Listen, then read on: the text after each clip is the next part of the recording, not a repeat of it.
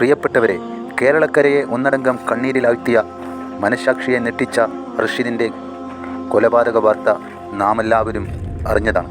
ഇരു കൈകളിലും പ്ലാസ്റ്റർ ഇട്ടുകൊണ്ട് വേദനയോടെ നോക്കുന്ന ആ കുഞ്ഞിൻ്റെ ദയനീയ മുഖം ഇന്നും നമ്മുടെയൊക്കെ മനസ്സിൽ വലിയൊരു നൊമ്പരമായി അവശേഷിക്കുന്നുണ്ട്.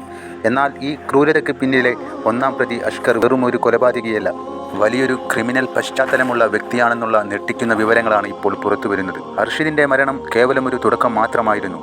ഇയാളെ ചുറ്റിപ്പറ്റി മുൻപ് നടന്നിട്ടുള്ള 3 മരണങ്ങളിലെ ദുരൂഹത നീക്കാനാണ് ഇപ്പോൾ കേരള പോലീസ് ശ്രമിക്കുന്നത്. കൃത്യമായ ആസൂത്രണത്തോടെ ജീവനുകളെടുത്ത ഒരു ക്രിമിനലാണോ അഷ്കർ? ഈ ചോദ്യങ്ങൾക്കാണ് പോലീസ് ഇപ്പോൾ ഉത്തരം തേടുന്നത്. അഷ്കറിൻ്റെ മുൻകാല ചരിത്രം പരിശോധിച്ച പോലീസിന് ആദ്യം ലഭിച്ച സൂചനകൾ ഇയാളുടെ സാമ്പത്തിക തട്ടിപ്പുകളെക്കുറിച്ചായിരുന്നു. പല സ്റ്റേഷനുകളിലായി നിരവധി പണമിടപാട് കേസുകളിൽ ഇയാൾ പ്രതിയാണ്. എന്നാൽ പണം തട്ടലിനപ്പുറം വളരെ ഗുരുതരമായ കൊലപാതക ആരോപണങ്ങളാണ് അഷ്കറിൻ്റെ നേരെ ഉയരുന്നത്. ഇതിൽ ഒന്നാമത്തേത് ഈ കേട്ടുകേൾവിയില്ലാത്ത ക്രൂരതയ്ക്ക് കൂട്ടുനിന്ന രണ്ടാം പ്രതി അഖിലയുടെ ആദ്യ ഭർത്താവ് അഖിലിൻ്റെ മരണമാണ്. അഖിലിൻ്റെ ആത്മഹത്യയ്ക്ക് പിന്നിൽ അഷ്കറിൻ്റെ വലിയൊരു പങ്കുണ്ടെന്നാണ് അഖിലിൻ്റെ കുടുംബം ഇപ്പോൾ വെളിപ്പെടുത്തുന്നത്. അഖിലയും അഷ്കറും തമ്മിലുള്ള അവിഹിത ബന്ധത്തെക്കുറിച്ച് അഖിൽ നേരത്തെ അറിഞ്ഞിരുന്നു. ഇതേ ചൊല്ലി കുടുംബത്തിൽ വലിയ തർക്കങ്ങൾ നടക്കുകയും അതിൻ്റെ പിന്നാലെ അഖിലിനെ ദുരൂഹ സാഹചര്യത്തിൽ ആത്മഹത്യ ചെയ്ത നിലയിൽ കണ്ടെത്തുകയുമായിരുന്നു. ഇതിൻ്റെ പിന്നിൽ അഷ്കറിൻ്റെ പ്രേരണയോ ഭീഷണിയോ ഉണ്ടോ എന്നാണ് പോലീസ് ഇപ്പോൾ പ്രധാനമായും അന്വേഷിക്കുന്നത്. ഈ ക്രൂരതകളുടെ കഥകൾ അവിടെയും തീരുന്നില്ല.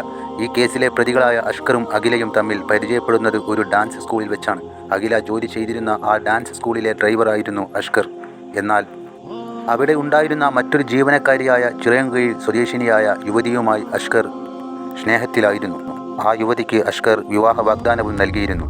പിന്നീട് അഖിലയുമായുള്ള ബന്ധം അറിഞ്ഞതിൻ്റെ പിന്നാലെയാണ് ഈ യുവതിയും ജീവനൊടുക്കിയത് എന്നാണ് ഇപ്പോൾ കരുതപ്പെടുന്നത്. പ്രണയം നടിച്ച് അഷ്കർ പിന്നീട് അവരെ വഞ്ചിച്ചതുകൊണ്ട് പെട്ടെന്നൊരു ദിവസം അഖിലയോടൊപ്പം ഒന്നിച്ച് ജീവിക്കാൻ തുടങ്ങിയതുകൊണ്ടും താൻ ചതിക്കപ്പെട്ടു എന്ന വിവരം അറിഞ്ഞ ആ യുവതിയും സമാനമായ രീതിയിൽ ജീവനൊടുക്കുകയായിരുന്നു. ഈ ആത്മഹത്യയിലേക്ക് നയിച്ച സാഹചര്യവും അഷ്കർ ആ പെൺകുട്ടിയെ മാനസികമായി പീഡിപ്പിച്ചിരുന്നോ എന്ന കാര്യവും ഡാൻസ് സ്കൂളിലെ മറ്റു ജീവനക്കാരുടെയും അധ്യാപകരുടെയും മൊഴികളിലൂടെ പോലീസ് ഇപ്പോൾ അന്വേഷിച്ചു കൊണ്ടിരിക്കുകയാണ്.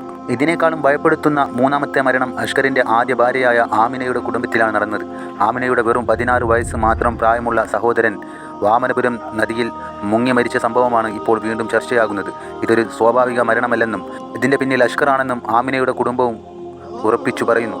മരണപ്പെടുന്നതിന് മുമ്പ് ഈ 16-കാരനെ അഷ്കർ നിരന്തരമായി ഭീഷണിപ്പെടുത്തുകയും അസഭ്യം പറയുകയും ചെയ്തിരുന്നു.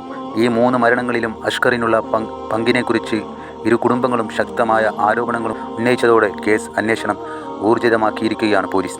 അഷ്കർ എന്ന ക്രിമിനലിൻ്റെ ക്രൂരതകളുടെ ആഴം അളക്കാൻ സാധിക്കാത്തത് കൊണ്ട് തന്നെ കേസിൽ കൃത്യമായ വ്യക്തത വരുന്നതിനായി ഒരു പ്രത്യേക അന്വേഷണ സംഘത്തെ രൂപീകരിക്കുന്ന കാര്യവും പോലീസ് ഗൗരവമായി ആലോചിക്കുന്നുണ്ട്.